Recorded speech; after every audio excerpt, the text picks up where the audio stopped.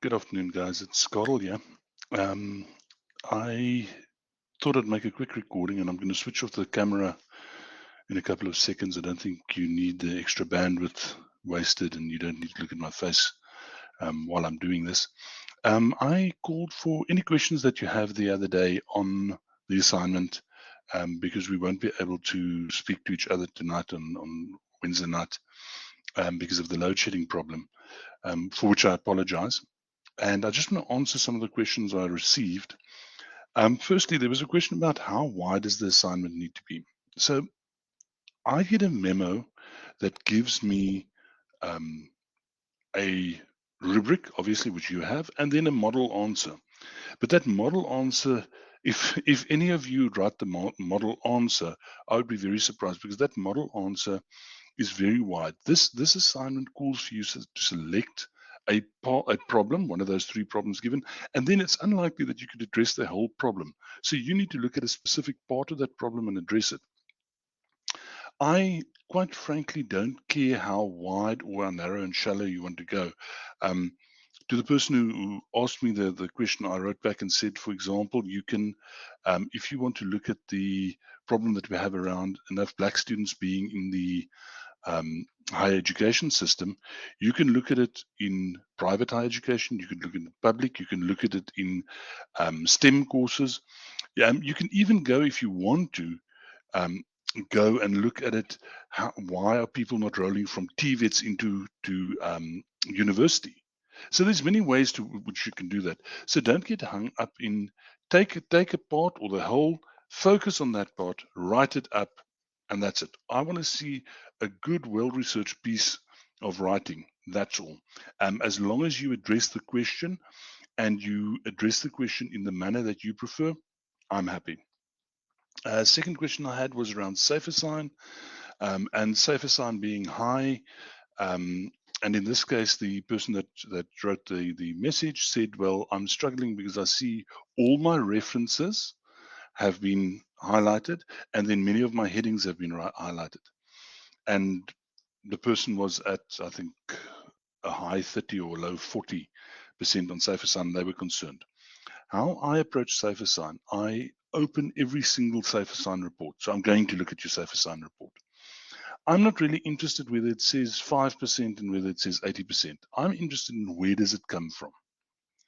So if I'm seeing lots of colors from lots of different places and they're not directly copied and pasted, I'm happy. The colors highlighting are telling me that you weakly paraphrased, and I will check the paraphrasing. If you are copying and pasting, you have a problem. And then to sources.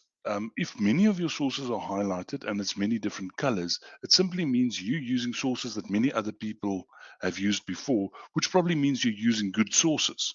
So that's not really a problem. When I open an assignment and I see, but all the sources are highlighted in one color, that means it's a copy and paste from one original source, then we have a problem. If I open an assignment and I see big paragraphs and they're all in one color, we have a problem because that's copy and paste from one source, especially if those sources are then not recognized and so on. Or if those sources are from another student, and yes, we can see whether it's from another student, then we have a problem. But don't get carried away by the number. Have a look at where do they come from? Is this varied? Have I paraphrased? Are there many different sources that are making up my number? And you should be fine. Lastly, I had a question around the prescribed, and I did do an answer previously, but I had the question again, so I'm going to answer it again, around the prescribed material.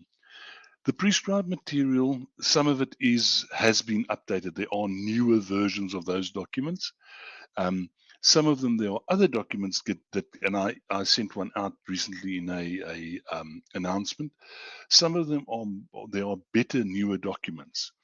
So I would use those only as a base, and then I would try to find newer, better documentation. Um, it defines the object of the exercise if you're addressing an issue and you say the stats up to 2015. When there are stats, you won't get 2023 stats, but you might get 2020, 2021, maybe even 2022 stats. And it would be so much better and make your piece of work a much more academically sound piece of work. if you use that. That latest source with the 2022 data, for example, rather than a 2015 data that might be in the prescribed book or prescribed sources. Lastly, I want to say, guys, leave enough time to read through your assignment at least once. Make sure it is run through a tool like Grammarly or something similar, so that you can check all your language, your spelling, your the way you write.